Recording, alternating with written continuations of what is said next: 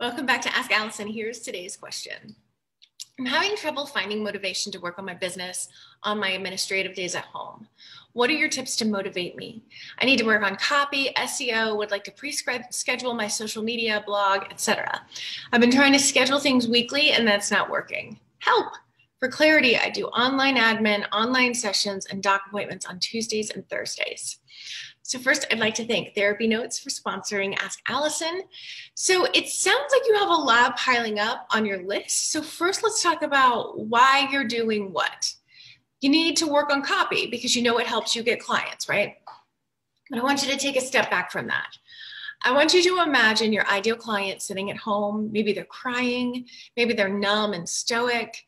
They're sitting on their bed with their laptop in their lap, and they're trying to find someone who actually knows what they're doing to help them, someone they feel like they can actually trust. Maybe they've been in therapy before and it didn't really help because their therapist was like a smile nodder. Maybe they've never been in therapy and it sounds incredibly scary to walk in and be more open with a stranger than they are with the people they love. If you write your copy from a space of reaching out to this ideal client, from this heart space of like, hey, you've got this, we can work through this together, I can help you. I can't take away what happened, but I can help it hurt less.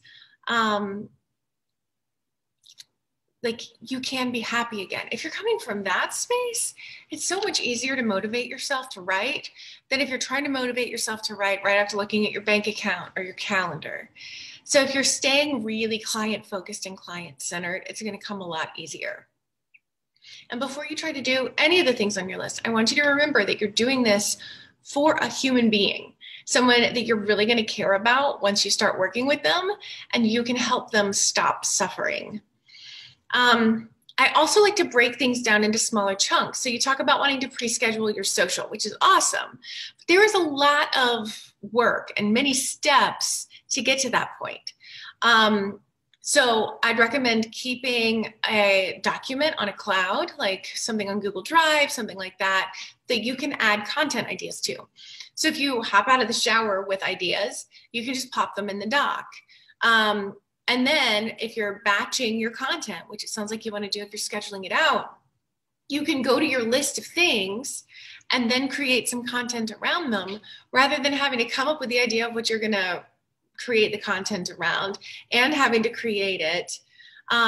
It's just a lot easier to do it this way in terms of both time and creative process. So you can just choose from the list that you have, whatever sounds interesting or important to your ideal clients in that moment. And I'll link to a blog post I have that's going to help you come up with content ideas. It's particularly for blogs, and you mentioned blogs, but it can also help people come up with social media ideas. And then if you're doing social and you've now written maybe the long caption, there's the prettifying the nice image. Like you want to create an image that is attractive so people will look at it, right? And then there's the scheduling. You may not be pre-scheduling your social right now because there are so many steps to get to that and you aren't breaking them down. And so you're like sitting down with this huge mountain of things to do. And so like, that's a lot less fun than hopping on Instagram and texting with a friend, right? So I will say that the majority of people who have social profiles for their business never get clients from it. And that's because they're creating really generic content and or they're not telling people how they can see them for therapy. So make sure that when you're spending all this time to create something, that it's worth the time and effort. Keep it super niched. Don't be vague. Have a strong opinion. Create a call to action that makes it really easy for someone who wants to follow up with you for help to get it. It may also be, if I'm reading this right, that it's unrealistic to do all these things crammed into 2 days a week. And there are different ways I interpreted what you wrote. If by admin time you mean completing your notes, I would say to create a template and do them immediately after the session. Before you pee, before you refill your water, before you charge your client's credit card, before you hop on Facebook to see what's going on, just knock it out. If you're behind on notes right now, still do the notes from today first, and then work on your backlog. And if I'm reading it right, you're wanting to have what I'd consider a full-time marketing strategy on a very part-time schedule. So it might mean paring down your strategies to one at a time until each one is complete, or complete-ish. So do your copy first and then move on to either SEO or social or blogging. But trying to do it all is likely overwhelming, and messing around on Instagram or texting your friend is going to continue to be more appealing. So, or if you're saying the marketing is all supposed to get done in this like nebulous time, Monday, Wednesday, or Friday, I want you to create more structure. Co-work virtually with a friend where you're both on Zoom, just like knocking stuff out. Also, check in to see if you've chosen marketing strategies you actually enjoy. If learning how to SEO your site makes you want to poke your eyes out, don't do it. It is an effective strategy, but there are many other effective strategies that can get you as far in your practice as you want to be that you can actually enjoy. Lastly, what's worked before? You probably have a pattern of not feeling super motivated, because most of us have that pattern at some point in our lives. How did you get back on track then? I know I have a hard line of what needs to be done each week.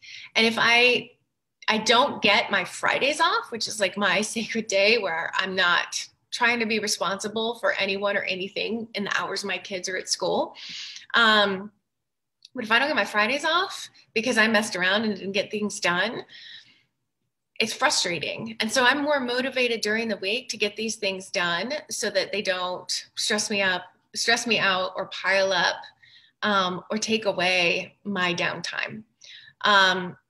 If that's too tough love for you and that's a structure you're not going to hold on to, it's finding the thing you will. Maybe it's making it as pleasant as possible with like some nice warm cozy tea and fuzzy socks and giving yourself a reward and things like that for getting things done. But there has been a time in your life when you've been unmotivated and got motivated. So do whatever worked then.